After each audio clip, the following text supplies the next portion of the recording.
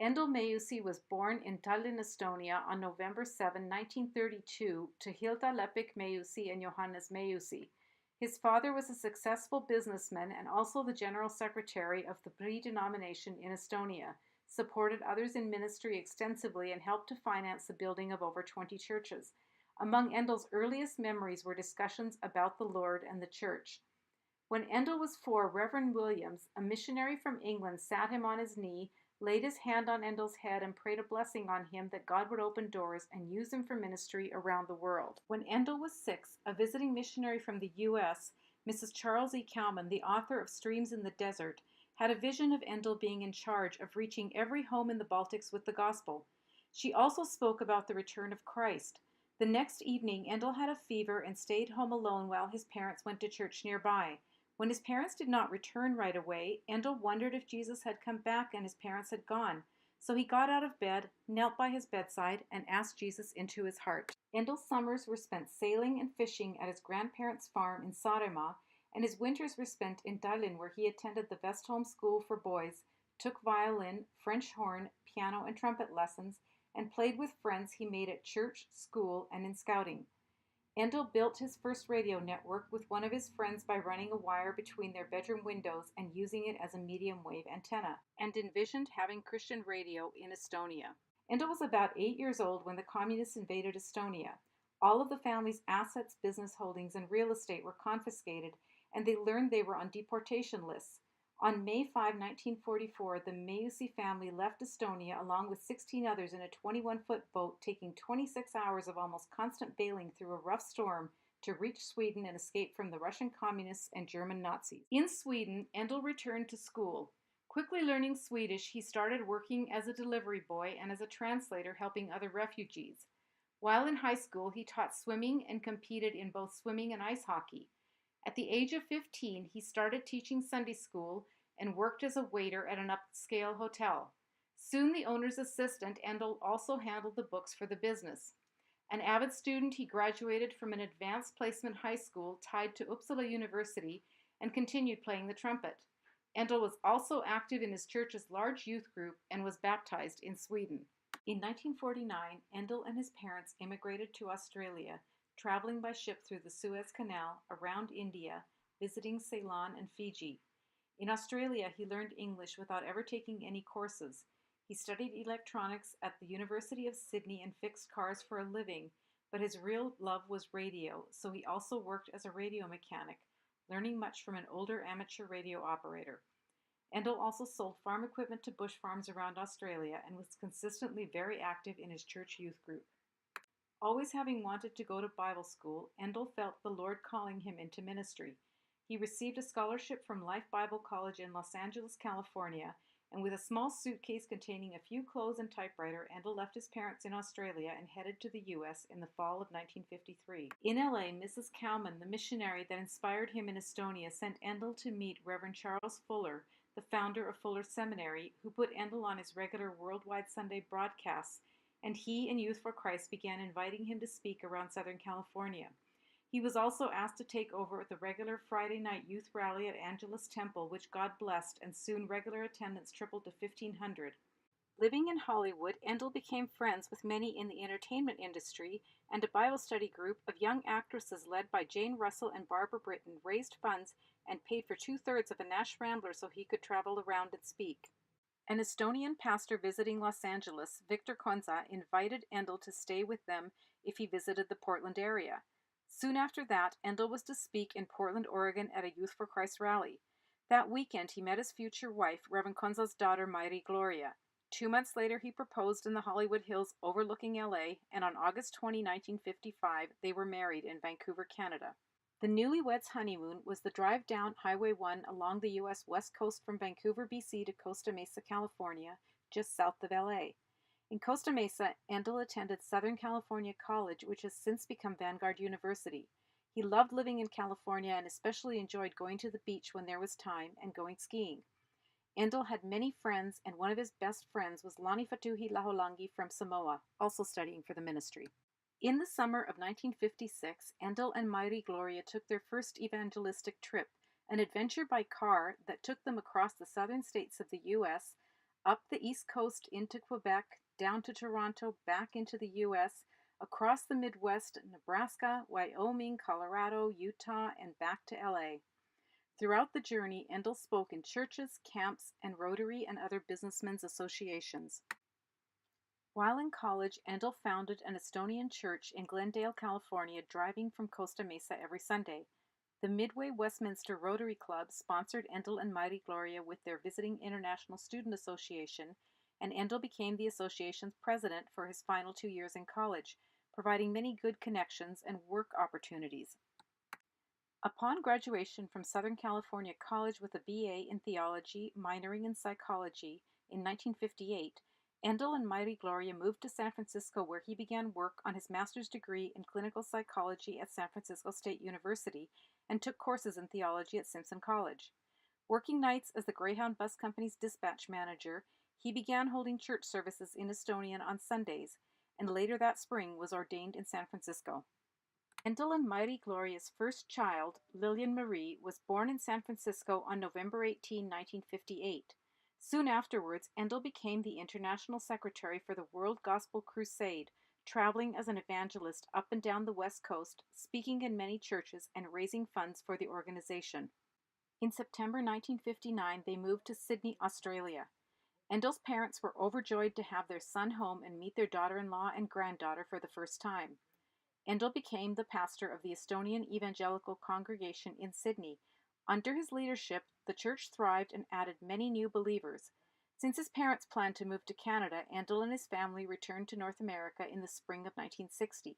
Marie Gloria was expecting soon, so she flew back to the U.S. with Lillian, and Endel went by ship. Marie Gloria gave birth 6 weeks early on June 14th to Victor John and Daniel Walter in Vancouver, Washington. Not knowing it would be twins, Endel found out via telegram while he was still en route. His telegraphed response? "Am surviving shock. Thanks and congratulations." In September, Endel began teaching homiletics and other courses at Vancouver Bible College in Vancouver, Canada. With 4 of his mother's siblings living in the area, Endel enjoyed being surrounded by cousins, aunts, and uncles. 2 of his uncles, Paul and Willy Lepik, had founded a construction company, and Endel worked for them during summers and when not teaching school. In 1961, Endel became the pastor of Killarney Park Baptist Church in Vancouver, an older congregation that added many young families during his pastorate. Endel and a group of Estonian Christian businessmen and pastors formed a committee to begin Estonian language radio broadcasts for the Vancouver area and northwestern Washington state. Called Kodukirik, or the Estonian Church at Home, the programs were broadcast every Sunday afternoon starting February 24, 1962. Every week from his studio at home, Endel would record, cut, and splice the programs together onto reel-to-reel tapes, assembling music, sermons, and announcements for the programs, his voice becoming familiar in Estonian circles. Endel loved to play with his children and just goof around. He also loved to go boating and fishing with his Uncle Paul and Aunt Erli, and spent many wonderful hours enjoying his extended family while living in the Vancouver area. But he was always focused on ministry, and when the Leighton Ford Crusade came to Vancouver in 1965, he was, of course, very involved. Summer 1965, Endel and Marie Gloria left their children with grandparents and embarked on their second major evangelistic trip, this time around Europe. Starting with a visit with Marie Gloria's sister and family in England, they traveled throughout Europe for most of the summer, speaking in and touring the Netherlands, Belgium, France, Monaco, Switzerland, Germany, Austria, Denmark, and Sweden. Again, they traveled by car, this time in a little Hillman they bought at the beginning of their trip and sold at the end. Soon after returning home, Endel was called to pastor Calvary Baptist Church in Lake Oswego, Oregon, near the farm where Marie Gloria grew up after immigrating to the U.S. The proximity to the farm made possible many wonderful family times. Endel was again involved in many Baptist General Conference camps in the summer, revealing his truly goofy side. Ever resourceful, he also put his auto mechanic skills to use by rebuilding several small Renaults, leaving one for himself to use. Late in 1968, Endel accepted a call from Loma Vista Baptist Church in Spokane, Washington. The move came in early January 1969. Living in Spokane involved lots of shoveling, snow in the winters and tons of sand, and then building terraces by hand in the family's backyard in the summer, but it kept him very fit. Endel expanded into television, establishing a weekly program from the church. He got involved in community affairs, became a Rotarian, was very active with local hospital chaplaincy programs, led the church to sponsor crusades and youth programs, and worked with young people addicted to drugs. Always passionate about evangelism, he was chosen president of the Spokane Evangelical Ministerial Association. The family spent a lot of time with friends, camping, and exploring, and in 1970 their first missions trip was to San Quintin, Mexico. One of his greatest joys came in the spring of 1973 when he led a tour to the Middle East and was able to take his family along on the trip. Key highlights for him were taking his boys to Jerusalem when they were 12 years old and baptizing several people in the Jordan River. In 1974, the Baptist General Conference asked Endel to wind down a little church in Gering, Nebraska. Instead, he got to work. Within a few months, attendance grew from 2 to over 100 people. He knew it was time for Gering to find a full-time pastor, and he accepted a call from the Christian Missionary Alliance Church in Napa, California. In late summer 1974, the family moved to Napa, close again to San Francisco. Under Endel's ministry, the church began to grow and within a couple of years was reaching its capacity of over 1,000. Endel brought in Christian bands, even getting permission for them to play at local high schools. He was heavily involved in the community, the Evangelical Ministerial Association, a member of the local Rotary Club, and worked closely with the court system. At the height of the drug era, judges would place drug addicts in Endel's custody. The church set aside a room for drug withdrawal, and Endel spent many hours with addicts going through cold turkey, then providing counseling and helping them get placement in halfway houses. Endel was never afraid to take the gospel where it was needed. If that meant sitting in a bar drinking milk while talking with a drunk or taking kids in with no place to go, he was there. With all the kids in college, Endel accepted a call from Southwest Baptist Church in Denver, Colorado, and he and Mighty Gloria moved in early 1979. A special joy for him was hosting Reverend Yuri Buzog, a pastor from Soviet-occupied Estonia, who would become a good friend. Lillian graduated from college. The Meiusis celebrated 25 years of marriage. The boys finished college. Endel officiated the marriage of his daughter Lillian to Jan Tam in the early 1980s. Meanwhile, God was calling Endel. He assembled a like-minded board of directors, and Estonian Christian Ministries was established in March 1984 to minister to Estonians around the world. Endel's first trip back to Estonia was exactly 40 years to the day from when he escaped in 1944. Meeting with Christian leaders, he learned that no new Bibles had been printed in Estonia since the beginning of World War II. He returned home with a passion. While some Bibles were being smuggled in, Estonia needed lots of Bibles. Although Endel encountered many obstacles, God had a plan to make it happen. Endel contacted Gerhard Klaus, the secretary of the Baptist World Alliance over Eastern Europe, who had been a guest in their home a few years earlier. He arranged a meeting with the head of the Russian Baptists and Evangelicals in the USSR, who was to be in Washington, D.C. Soon after that meeting, Endel was invited to be the main speaker at the 70th anniversary of the Moscow Baptist Church. Johann Simonson, an exiled Estonian diplomat, recommended that as a refugee, Endel take along a well-known American pastor as a cover when going behind the Iron Curtain. Pastor Charles Blair of Denver's Calvary Temple, a friend since the Meiusis' first evangelistic trip in 1956, and Pastor Yuri Buzog from Estonia accompanied Endel. While in Moscow, the three were taken to meet the Soviet Minister of Culture and Religion. Knowing that with God all things are possible, Endel asked for legal permission to bring Bibles to Estonia. After some discussion, she told them she could not give them an official document, but gave her word that Endel can bring in 20,000 Bibles and said he should start making it happen. Endel replied, "I have learned in life that there are some people you can trust, and I believe you are one of them." With the approval of the ECM board, Endel began to raise money for the project. Over the next few years, Endel traveled extensively in North America and abroad, speaking of the need for Bibles and facilitating the project by bringing together the finances and resources. The goal was to print a study Bible with more current vernacular. The International Bible Society, Wycliffe, Estonian Lutheran bishops, Catholic priests, and Baptist and Methodist leaders, the Estonian consul in exile Aron Rose, as well as many, many others, were involved in developing the more current revision and in proofreading the Bibles. In 1986, Endel was asked to open the U.S. Congress with prayer and prayed for freedom for Estonia and other Soviet-occupied countries. The prayer was broadcast over Voice of America radio, and the next time Endel went to Estonia, he was called into the KGB and asked if the CIA was financing him. Questioned by the KGB every time he went there, he was accused of raising monies for personal gain, but Christian leaders in Estonia vouched for him. After his trip to Moscow, he was again detained by the KGB. Telling them he had legal permission from the Soviet Minister of Culture and Religion to bring Bibles to Estonia, he was told it was not possible. Endel asked them to call Moscow and check, but they locked him up in a KGB jail. It was a long night of prayer for Endel, but late the next day an official came, opened the cell door, and told him to leave. Finally, in 1987, the new Bibles were ready, and Endel returned to Estonia with several suitcases full. The first Bibles were handed out on the first Advent Sunday at Olavista Cathedral in Tallinn, and shortly thereafter 20,000 Bibles were imported legally into Estonia and shared among all of the church denominations. Endel continued speaking around the world, spreading the gospel and also raising funds for ECM. He arranged for American pastors to give pastoral training seminars in Estonia, brought suitcases full of suits provided by U.S. businessmen to pastors, through ECM supported churches through providing items that could be resold in Estonia for building materials and cars, and brought Christian youth to Estonia to share in churches. Mari Gloria accompanied him on many of these journeys. On the home front, Endel officiated at the weddings of son Daniel to Rondi Larson and son Victor to Katrina Abel. The Meiusi sponsored a relative from Estonia, Krista Esta, who came and lived with them while attending Colorado Christian University. In 1986, on its second visit to Estonia, as the sun was rising one morning, Endel had a vision of Tallinn's Olavista Cathedral spires aflame, and that one day the gospel would be broadcast throughout the land from those spires. At the time, the main spire was being used by the KGB to broadcast Soviet propaganda. The vision began coming to fruition when Estonia became independent. Almost immediately, Endel applied for and received a license to establish Christian radio in Estonia. The ECM board gave the official approval, and Endel set out to raise funds and acquire equipment for Beta Radio or family radio.